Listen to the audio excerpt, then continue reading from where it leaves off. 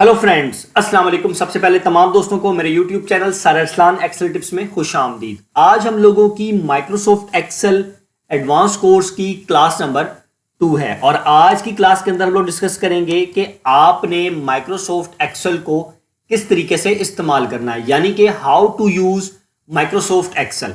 बेटे, आज की जो हमारी क्लास है ये नॉर्मल माइक्रोसॉफ्ट एक्सेल के इंटरफेस के ऊपर होगी और क्लास नंबर 3 से हम लोग बाकायदा से एक एक टूल के ऊपर वीडियो बनाएंगे माइक्रोसॉफ्ट एक्सेल की।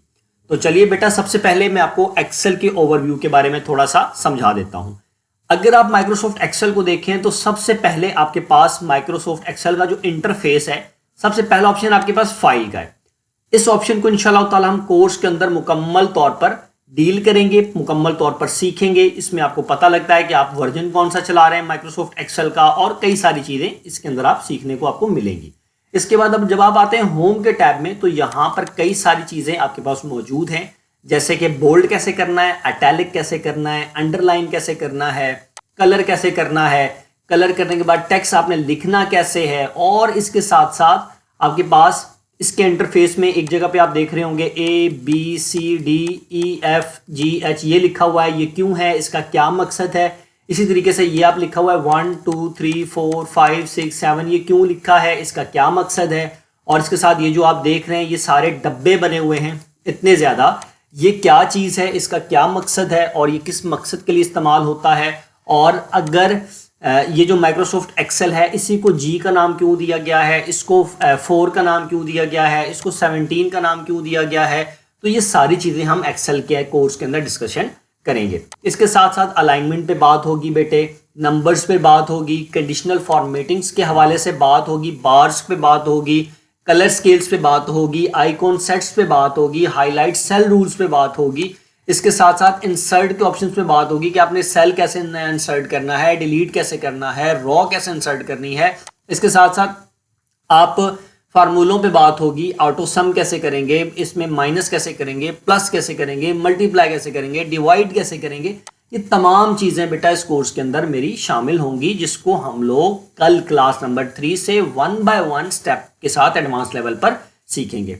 इसके बाद आ जाता है जब हमारे पास होम का टैब है, होम के टैब के बाद आप देखेंगे इंसर्ट का टैब। इंसर्ट के टैब में कई सारी चीजें हैं, मिसाल के तौर पर आपने शेप्स को कैसे इंसर्ट करना है, इसके बाद आपने हेडर एंड फूटर कैसे लगाना है, वर्ड आर्ट आपने कैसे इंसर्ट करनी है, इक्वेशन आपने कैसे बनानी है, सिंबल आपने किस तरीके से इंसर्ट करने हैं काम करते हुए। इसके अलावा आपने ग्राफ वगैरह है अगर आपके पास तो वो आपने कैसे बनाना है, और ग्राफ के साथ साथ स्क्रीनशॉट वगैरह लेना है तो वो कैसे लेना है, स्मार्ट आर्ट पे आपने काम करना है तो वो आपने किस तरीके से करना है बेटा। इसके साथ हमारे पास एक ऑप्शन है पेज लेआउट का।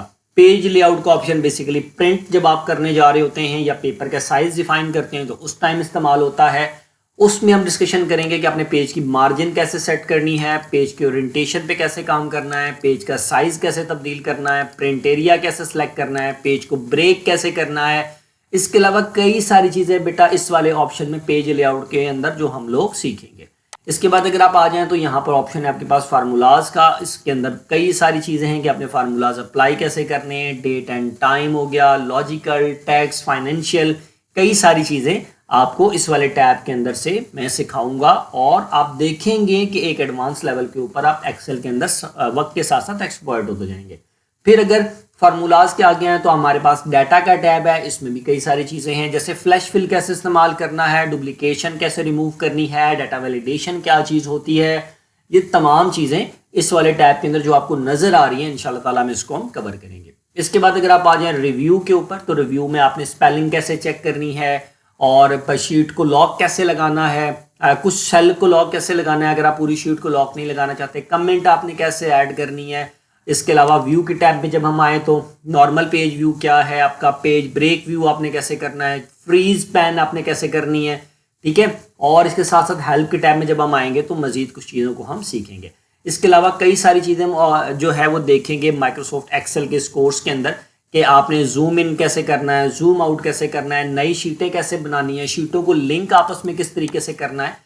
तो ये तमाम चीजें इंशाल्लाह ताला माइक्रोसॉफ्ट एक्सेल के जो कोर्स है इसके अंदर हम लोग सीखने जा रहे हैं। मैं उम्मीद करता हूं कि आप तमाम दोस्तों को मेरी आज की क्लासेस के अंदर मैंने माइक्रोसॉफ्ट एक्सेल का एक नॉर्मल सा ओवरव्यू दिया, आप लोगों को समझ आया होगा। अब हम इंशाअल्लाह ताला अपनी क्लास नंबर 3 से बाकायदा से माइक्रोसॉफ्ट एक्सेल का आगाज करने जा रहे हैं। मेरी वीडियो को लाइक ज़रूर कीजिएगा, मेरे चैनल को सब्सक्राइब करना ना भूलेगा। आज के लिए मुझे इजाज़त दीजिए, अल्लाह हाफ़िज़।